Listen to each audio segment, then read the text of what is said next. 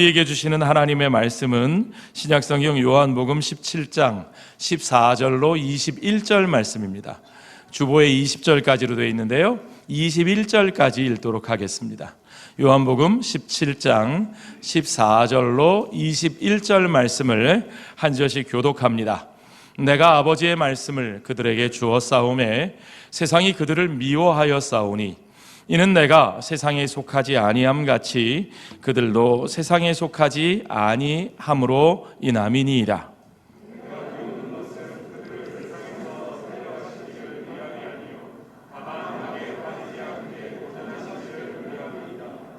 내가 세상에 속하지 아니함 같이 그들도 세상에 속하지 아니하였사옵나이다.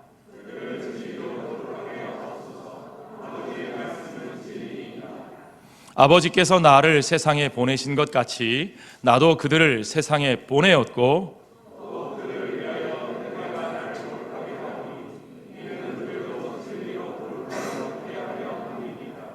내가 비옵는 것은 이 사람들만 위함이 아니요 또 그들의 말로 말미암아 나를 믿는 사람들도 위함이니 아버지여 아버지께서 내 안에 내가 아버지 안에 있는 것 같이 그들도 다 하나가 되어 우리 안에 있게 하사 세상으로 아버지께서 나를 보내신 것을 믿게 하옵소서.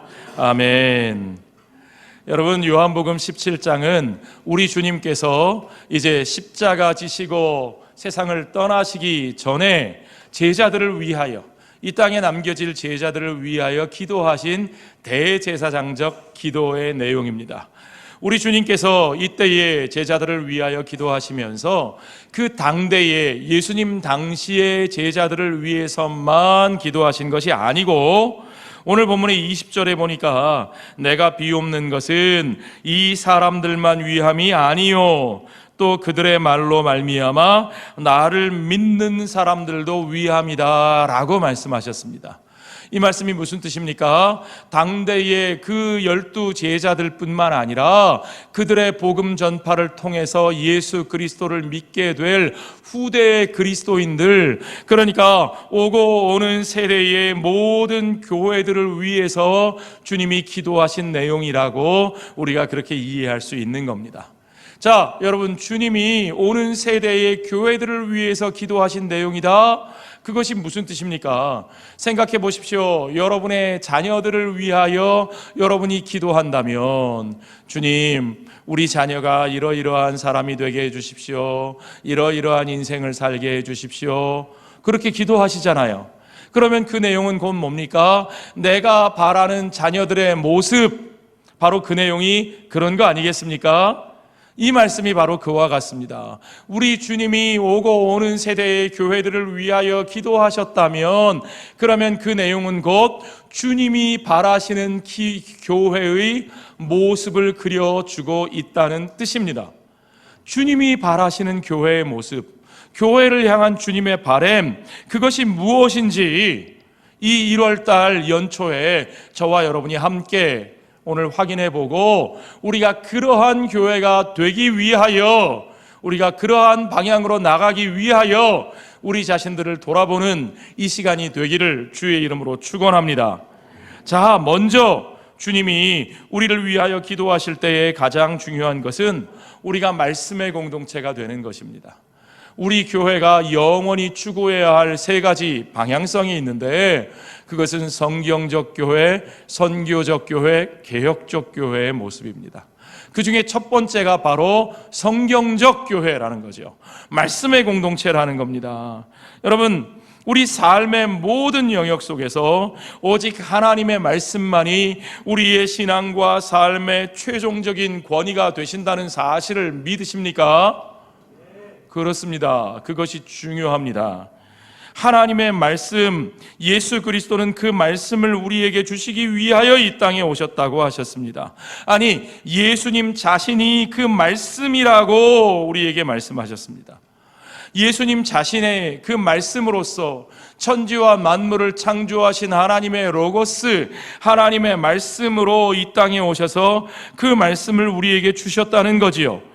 요한복음 1장 14절의 말씀이 그것을 증거합니다. 말씀이 육신이 되어 우리 가운데 거하심에, 우리와 함께 사심에 우리가 그의 영광을 보니 아버지의 독생자의 영광이요 은혜와 진리가 충만하더라. 그러므로 우리는 하나님의 은혜, 하나님의 진리를 오직 예수 그리스도를 통해서만, 그의 입에서 나온 말씀을 통해서만 우리가 받을 수 있고 누릴 수 있고, 그것을 통하여 우리가 거룩하여지는 것을 믿으시기 바랍니다.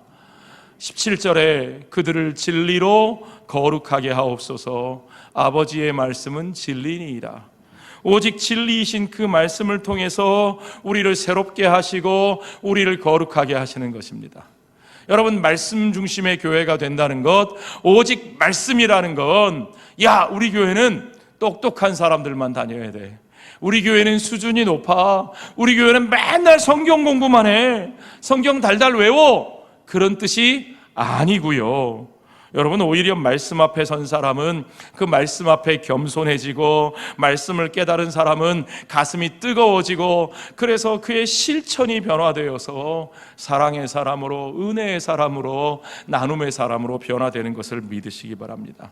그러니까 오직 말씀이라는 뜻은요, 우리의 머릿속을 성경의 지식으로 꽉 채우기만 한다는 뜻이 아니고, 말씀이 우리의 삶의 최종적인 권위가 되어서 그 말씀 앞에 우리가 모든 것을 내려놓는다는 뜻입니다. 말씀 앞에서는 나의 고집도 내려놓고, 말씀 앞에서는 나의 자존심도 내려놓고, 말씀 앞에서는 우리가 붙들고 있던 전통이나 또는 나의 현실적인 이익까지도 내려놓고, 내가 말씀을 이용하는 것이 아니라 말씀이 나를 들어 도구로 쓰실 수 있도록 나의 삶을 말씀 앞에 내어놓는 겁니다. 말씀이 최우선순위입니다. 사람의 권위보다, 사람의 이익보다 말씀의 권위가 우선시 되어서 말씀이 말씀하시는 것에 귀를 기울이고 그것을 내 삶에 바로 적용하는 것이, 그것이 오직 말씀으로 살아가는 성도들과 공동체의 모습이라는 겁니다. 그 말씀을 우리가 바로 말씀으로 이해하려면 어떻게 해야 됩니까? 여러분, 말씀이 우리에게 무엇으로 주어져 있어요? 말씀은 우리에게 역사를 통해서 언어로 주어져 있습니다. 하나님의 말씀이 어디 하늘에서 뚝 갑자기 떨어진 게 아니에요. 어디 성경 66권의 책이 갑자기 하늘에서 음성이 들려서 받아 적어라 그러고 들려온 게 아니에요. 하나님의 말씀은 수천 년의 역사를 통해서 우리에게 주어졌습니다. 그 역사를 속에서 살아냈던 사람들의 삶과 그들의 언어를 통해서 우리에게 주어졌습니다. 그러니까 말씀을 바로 이해하려면 우선 말씀이 우리에게 주어진 역사적 배경과 맥락을 이해할 수 있어야 하고, 그들의 삶을 이해할 수 있어야 되고, 그 속에서 사용된 말씀을 전하는 데 사용된 그 언어를 우리가 바로 이해하기 위해서 언어와 문법과 논리를 바로 해석하는 게 중요해요. 여러분, 말씀의 공동체는 말씀을 바로 이해하고 해석하는데 우선 집중합니다. 하나님의 말씀이 어디서 직통계시로 뚝 떨어져 가지고 갑자기 나한테만 신비한 방법으로 알려주시는 게 아니에요. 여러분, 이단들이 그런 주장들을 하죠. 우리는 거기에 미혹되면 안 됩니다. 먼저 정당한 해석의 과정을 존중하고, 내 스스로가 그것을 다 할 수 없을 때는 말씀의 훈련을 받은 목회자로부터 배우기 위해 애를 쓰고, 그 말씀이 내게 주시는 바를 그대로 받아들이고 순종하는 게 중요한 거죠. 이게 중요해요. 요한복음 1장 3절에 보니까 이 예언의 말씀을 읽는 자와 듣는 자들과 그 가운데 거룩한 것을 지키는 자들이 복이 있다. 여러분, 누가 복이 있다고요?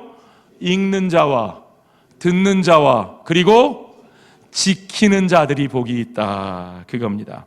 여러분, 지킨다고 하는 것은요, 말씀을 바로 듣고 적용하고 순종하는 거예요. 내 삶과 나의 인격 속에 그 말씀이, 정말 말씀이 육신이 되어서, 그 말씀이 육신이 되어서 우리 속에서 살아 역사하게 하시는 겁니다. 여러분, 예수님의 말씀대로 말씀이 육신이 되어 우리 가운데 함께 거하셨잖아요. 우리가 그와 함께 그의 피로 말미암아 구원을 받았고, 우리가 예수 그리스도의 살을 먹는 성찬에 참여하여 그 양식으로 살아갑니다. 그러면 이제는 우리의 육신이 그 말씀이 되어야 할 차례입니다. 말씀이 육신이 되어 우리 가운데 거하셨고, 이제 우리의 삶이 말씀이 되어서 그들 가운데 증거되어야 한다는 말입니다. 우리가 그 말씀에 순종하지 못한다면, 우리가 들은 말씀, 우리가 온전히 그 말씀 앞에 바로 살지 못한다면, 그것은 말씀이 우리를 거룩하게 하지 못하는 거죠. 여러분, 중요한 것은 말씀이 우리를 거룩하게 하시는 것입니다. 거룩이라는 말이 무슨 뜻입니까? 제가 새벽 기도 시간에 이미 말씀을 드렸는데, 거룩은 그 말 자체가 이미 구별된다는 뜻을 가지고 있어요. 말씀이 우리를 거룩하게 하신다는 건 우리가 세상과 구별된 존재로 살게 하신다는 겁니다. 우리가 세상 안에서 살고 있지만, 우리가 이 세상에 남겨져 있지만, 그러나 세상 사람들의 가치관을 따라 살지 않고, 세상 사람들의 기준대로, 그들의 흐름대로 그냥 살지 않고, 그들과 다른 삶을 통해서 그들을 변화시키고 그들을 구원하고 그들을 이끌어 나가게 되는 겁니다. 그것이 우리가 말씀으로 산다는 뜻이지요. 그러니까 하나님의 교회는요, 하나님의 말씀이 때로 우리를 불편하게 하시더라도 그 말씀을 왜곡 없이 전해야 하고, 그것을 가감 없이 받아들여야 돼요. 그게 중요해요. 말씀을 받는다는 건 그저 내 입에 아이고 오늘도 목사님의 말씀은 너무 귀에 즐겁고 은혜스러웠네요, 아이고 기뻐요, 기분 좋아요, 할렐루야, 아멘, 그것만 말씀이 아니라는 거죠. 말씀을 듣는다 하면서 여러분 1년에 한 번 성경 구절 딱 뽑아서 보니까 평안과 축복이라, 할렐루야, 1년 동안 평안하겠고 1년 동안 축복받겠구나. 그래요, 여러분? 그것이 말씀을 받는 겁니까? 아니요. 그런 식으로 말씀을 받으면 어떻게 돼요, 여러분? 어떤 사람 성경책 딱 펼쳐보니까 내가 오늘부터 말씀으로 살아야지 딱 펼쳐봤더니 가서 목매달아 죽으라. 이건 아닌 것 같은데요, 주님. 안 되겠어요. 다른 거 한 번만 더 기회를 주세요. 3세판이에요. 딱 펼쳐보니까 속히 가서 그대로 행하라. 그게 말씀대로 사는 겁니까? 아니요. 하나님의 말씀이 처음부터 끝까지 우리에게 무엇을 복되다 하시고 무엇을 명령하시는가, 우리에게 어떤 삶을 요구하시는가, 예수 그리스도 안에서 주신 그 영생의 삶이 무엇인지를 바로 깨닫고 그 삶이 내 안에 이루어질 수 있도록 순종하는 거죠. 순종하기 위해 갈등하고 부딪히고 고민하는 겁니다. 씨름하는 거예요, 여러분. 야곱이 야복강 나루터에서 씨름하는 것처럼 그렇게 씨름하여 나의 환도뼈가 부러질 정도로까지 내 자신을 쳐서 복종하여 주님이 나가라 하시는 방향으로 순종하며 나아갈 수 있는 것, 그것이야말로 말씀의 삶인 것을 여러분 믿으시기 바랍니다. 우리의 기준과 가치가 말씀으로 변화되기 위해서 뼈를 깎는 아픔이라도 받아들이는 그런 삶, 그런 교회 공동체가 되는 것이 말씀으로 사는 거죠.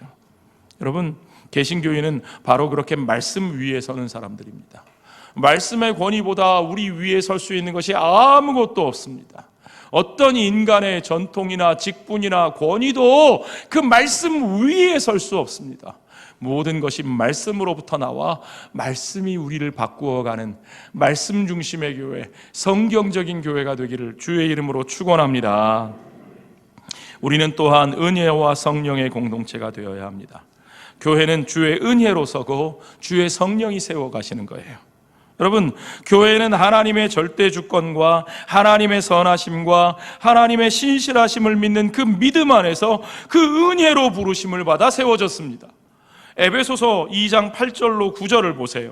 너희는 그 은혜에 의하여 믿음으로 말미암아 구원을 받았으니 이것은 너희에게서 난 것이 아니요 하나님의 선물이라.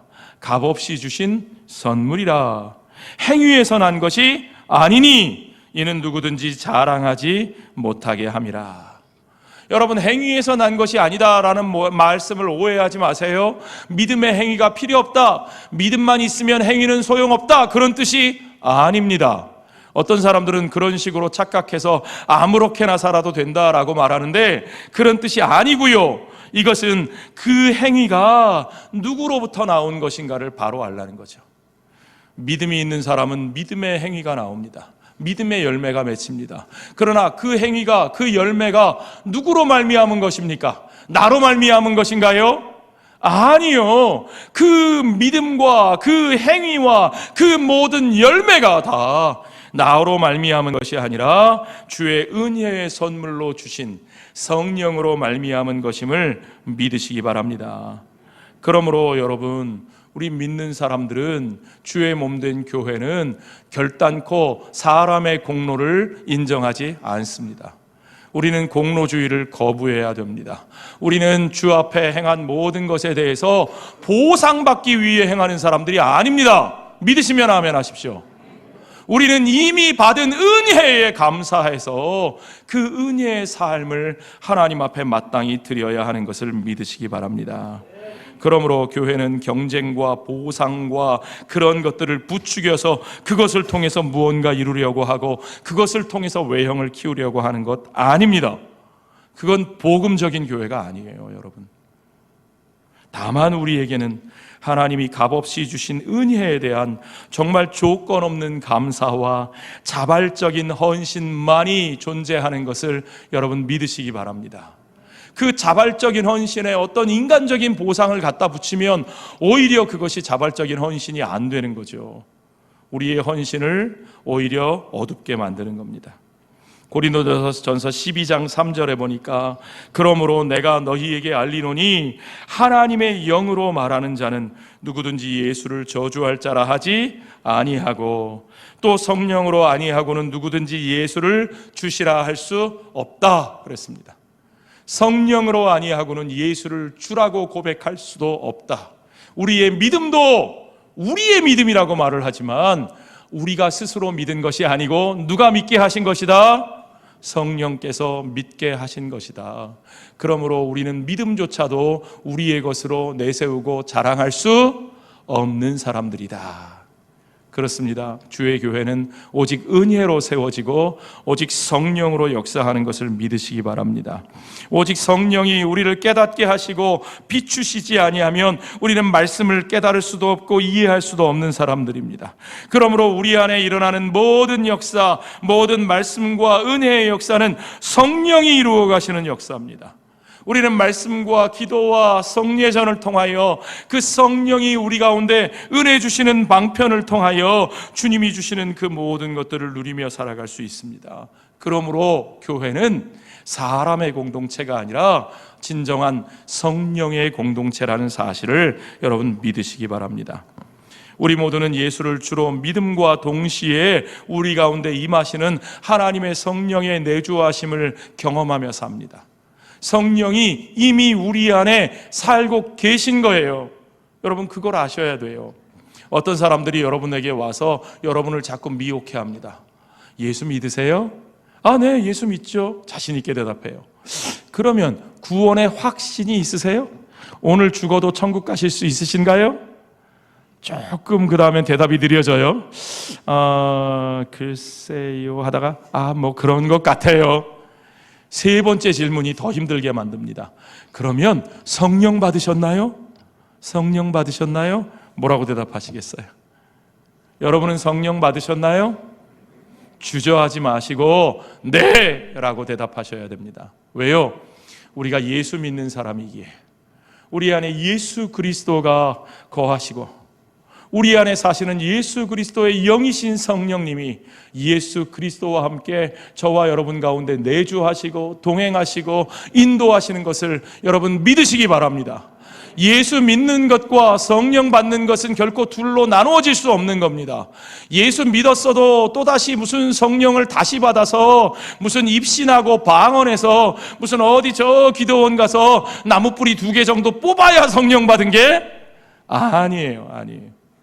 예수 믿는 우리들, 그리스도와 연합하여 하나 된 우리들에게는 이미 그 순간부터 성령이 내주하시고 성령이 동행하시고 성령이 인도하시는 것을 믿으시기 바랍니다. 그러므로 그날로부터 저와 여러분의 삶 가운데, 우리들의 가정 가운데, 우리들의 공동체 가운데 그 성령이 역사하셔요. 성령이 우리의 인격 가운데, 우리의 지성 속에, 우리의 감정 속에, 우리의 의지 가운데 역사하시고, 성령이 우리를 하나님과 교제하게 하시고, 성령이 우리가 하나님을 섬기게 하시고, 성령이 우리가 하나님을 닮아가게 하시는 것을 믿으시기 바랍니다. 오직 그 모든 변화가 하나님의 영이신 성령으로 말미암아 저와 여러분 가운데 일어나는 것을 믿으시기 바랍니다.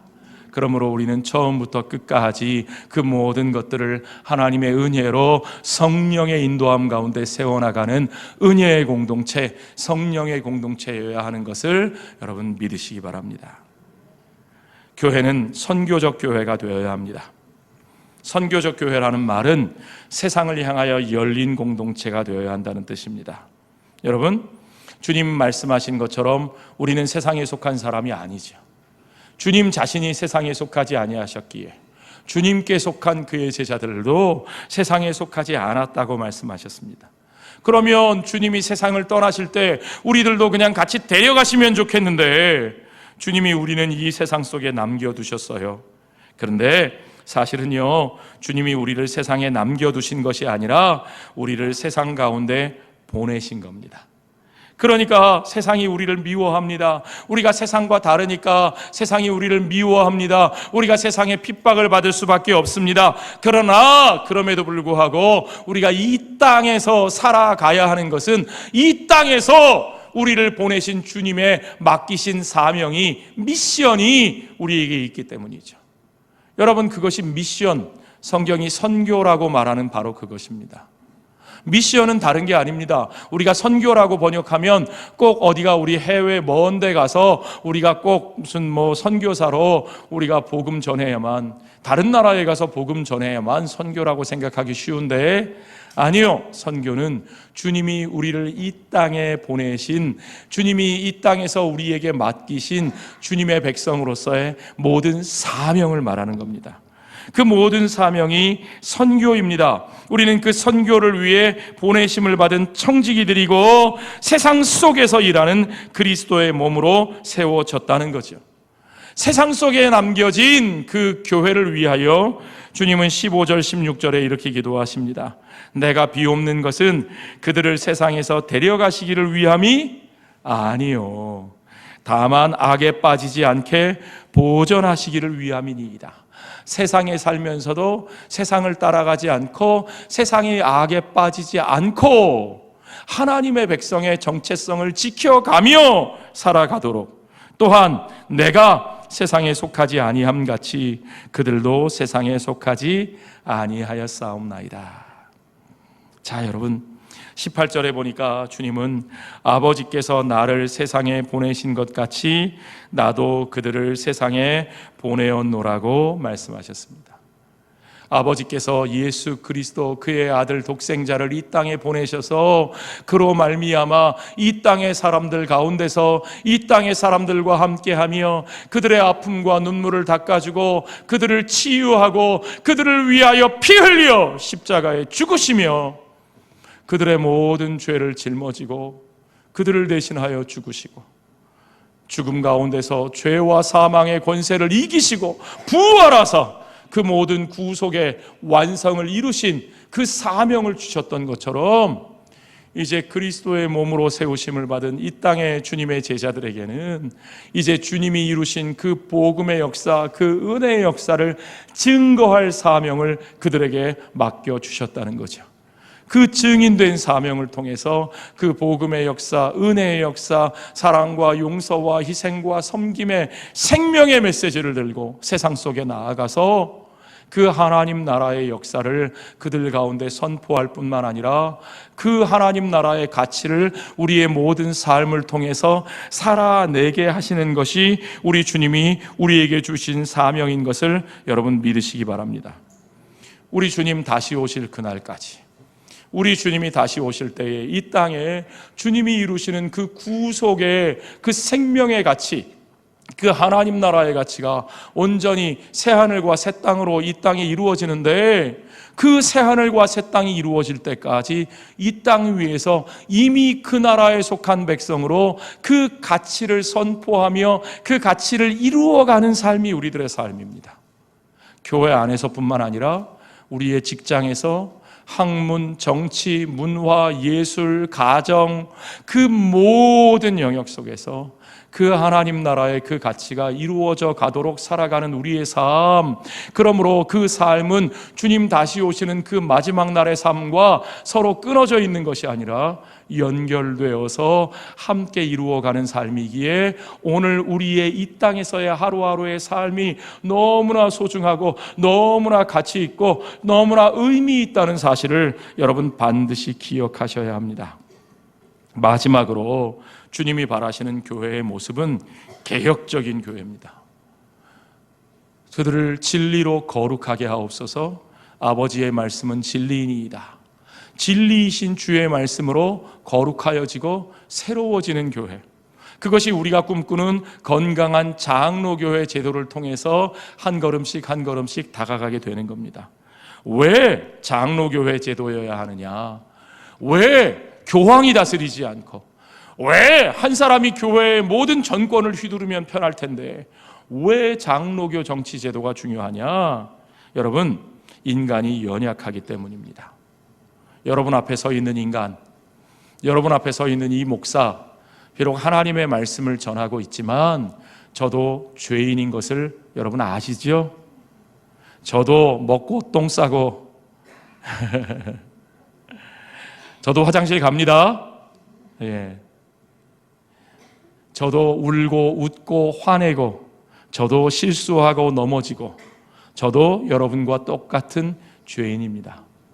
저만 그런 것이 아니라 이 땅 위에 존재하는 모든 사람, 무슨 여러분의 담임 목사뿐만 아니라 노회장, 총회장, 아니 저 세상 무슨 어떤 대단한 몰 걸친 교황님이라고 하더라도 이 땅에 육신을 입은 인간은 다 연약한 죄인인 것을 여러분 아시죠? 그렇습니다. 우리는 그것을 알기에 그들이 잘못될 수 있다, 틀릴 수 있다, 한계를 가지고 있다는 것을 인정해야만 합니다. 그러니까 그 모든 인간에게, 그런 인간에게, 예수님 이외에 그 어떤 인간에게도 그 사람이 모든 것을 스스로 판단하고 혼자 결정하고 이끌어가게 해서는 안 되는 거죠. 출애굽기 18장에 보니까 모세가 광야에서 이 백성들을 혼자 다스리느냐고 정신이 없습니다. 그러니까 그의 장인 이드로가 와서 그가 행하는 모든 일을 보고 이르되, 네가 이 백성에게 행하는 이 일이 어찌 됨이냐? 어찌하여 네가 홀로 앉아 있고 백성은 아침부터 저녁까지 네 곁에 서 있느냐? 어떻게 네가 다 처리하고 어떻게 너만 바라보게 하느냐? 그것이 하나님 앞에서 잘못됐다, 지혜롭지 못하다는 거예요. 그래서 우리 종교개혁자들은 장로교 정치제도를 세웠습니다. 장로교 정치제도는 한마디로 말하면 대의 민주주의예요. 민주주의, 함께 하는 겁니다. 그러나 회중주의를 말하지 않아요. 회중주의는 모든 회중이 다 자기 의견을 말하고 모든 회중이 다수결로 모든 것을 결정하는 제도가 회중주의예요. 그러나 장로교 대의 민주주의는 그렇지 않습니다. 출애굽기 18장 21절에 보니까 너는 또 온 백성 가운데서 능력 있는 사람들, 곧 하나님을 두려워하며 진실하며 불의한 이익을 미워하는 자를 살펴서 백성 위에 세워 천부장과 백부장과 50부장과 10부장을 삼아. 백성들 가운데 다양한 리더들을 세워 그들의 대표를 뽑아 그들을 통하여 하나님의 일을 하게 하는 제도, 그것이 대의 민주주의 제도죠. 장로교는 바로 그러한 과정을 채택하고 있는 건강한 정치 제도입니다. 그것을 통해서 우리는 정당하고 투명한 과정의 중요성을 세워나갑니다. 여러분, 뭐로 가도 서울만 가면 된다? 아니요, 그렇지 않아요. 어떻게 가느냐가 중요합니다. 정승같이 벌어서 거꾸로죠. 개같이 벌어서 정승같이 쓴다? 개같이 본 사람은 정성같이 쓸 가능성이 거의 없어요. 그럴 수 없습니다. 정성같이 벌어야 정성같이 쓸 수 있어요. 그러므로 정당한 과정, 투명한 절차, 이것이 너무 중요합니다. 그저 효율과 속도, 그저 그냥 한 사람에게 다 맡겨서 독재를 통해서 빨리빨리 성장시키면 되지. 여러분, 그것 때문에, 개발 독재, 빨리빨리 때문에 우리 사회가 얼마나 오랫동안 사실은 그 부작용으로 어려움을 겪고 있는지 여러분 아시죠? 효율과 속도가 전부가 아닙니다. 뛰어난 한 사람의 역량보다 우리가 지속할 수 있는, 지속 가능한, 모두가 참여할 수 있는 시스템, 건강한 시스템을 세워나가는 것이 중요한 사실을 여러분 믿으시기 바랍니다.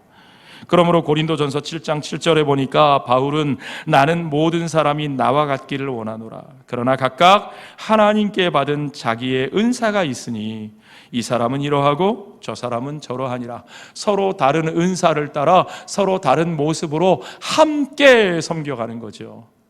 한 사람이 다 할 수 없어요. 그래서 여러분, 교회는 은사를 받은 성도들이 함께 세워가는 겁니다. 여러분, 사실은 성경에는 성직자와 평신도라는 말의 구별 자체가 없습니다. 하나님의 백성은 모든 성도가 왕 같은 제사장이에요. 그 가운데 어떤 사람은 부르심을 따라 교회 안에서 섬기는 일로 부르심을 받고, 어떤 사람은 교회 바깥에 세상에서 섬기는 일로 부르심을 받고, 어떤 사람은 교회 안에서도 말씀을 가르치는 일로 부르심을 받고, 어떤 사람은 은사를 따라 봉사하는 일로, 어떤 사람은 관리하는 일로, 어떤 사람은 다스리는 일로 그 은사를 따라 각자가 섬기는 거죠. 이 사람은 이러하고 저 사람은 저러한 겁니다. 그러나 그 모든 것에 상하가 없고 귀천이 없고 모두가 귀하게 함께 그리스도의 몸을 세워가야 하는 것을 여러분 믿으시기 바랍니다. 베드로전서 4장 10절에도 각각 은사를 받은 대로 하나님의 여러 가지 은사를 맡은 선한 청지기 같이 서로 봉사하라. 서로 봉사하고 같이 섬기고 함께 세워져 가는 교회가 되어야 할 줄로 믿습니다. 그러면서도 고린도전서 14장 33절에 보니까 하나님은 무질서의 하나님이 아니시오 오직 화평의 하나님이시니라. 그렇습니다. 함께 질서 있게 화평한 교회를 세워가기 위하여 은사를 따라 섬기면서도 그 질서를 세워가기 위해서 우리 교회가 어떤 역사적 흐름 위에 서 있고, 우리가 어떤 정체성을 가지고 있고, 우리가 어떤 제도를 시행하고 있는지를 여러분 아셔야죠. 최소한 교회의 중직자라면, 재직이라면 그런 것들을 바로 아시고 올바르게 참여해야 이 교회가 건강한 교회로 바르게 세워져 갈 수 있는 겁니다. 여러분, 그와 같은 기회에 참여하시기 바랍니다. 그래서 우리 교회는 하나님의 말씀 앞에 날마다 거룩하게, 날마다 변화되어 가는 교회, 날마다 새롭게 되는 교회, 그래서 우리 교회를 개혁교회라고 말합니다. 여러분, 우리 이 장로교회가요, 이 역사적으로 교회 시스템으로는 장로교회라고 부르지만 신학적 정체성으로는 우리를 개혁교회라고 부릅니다. Reformed Church. Reformed, 그러니까 이 과거형으로 돼 있으니까 옛날에 종교개혁 때 개혁했지 이제 앞으로는 개혁 안 해도 돼? 아니고요. Reformed Church는 날마다 always reforming, 날마다 말씀 앞에 새롭게 되어가는, 항상 개혁하는 교회가 되어야 할 줄로 믿습니다. 그리하여 이 시대에 주님이 우리를 보내신 이 세상 속에서 변하지 않는 하나님의 말씀으로 인격과 가정과 세상을 변화시키는 은혜와 사랑의 공동체로 저와 여러분이 함께 세워져 가게 될 줄 믿습니다. 그렇게 함께 세워져 가는 우리들을 통해서 하나님과 예수 그리스도 안에 이루어졌던 온전한 관계가 저와 여러분 안에 이루어지고, 우리들을 통하여 그 생명이신 영생의 관계가 온 세상 가운데 나누어지는, 바로 그것이 예수님의 기도의 마지막 구절입니다. 함께 읽지요. 아버지여, 아버지께서 내 안에, 내가 아버지 안에 있는 것 같이 그들도 다 하나가 되어 우리 안에 있게 하사 세상으로 아버지께서 나를 보내신 것을 믿게 하옵소서. 바로 이와 같은 예수님의 기도가 이루어지는 저와 여러분의 삶, 우리들의 교회 공동체, 참으로 주님이 바라시는 바로 그 교회가 되기를 주의 이름으로 축원합니다. 기도하겠습니다.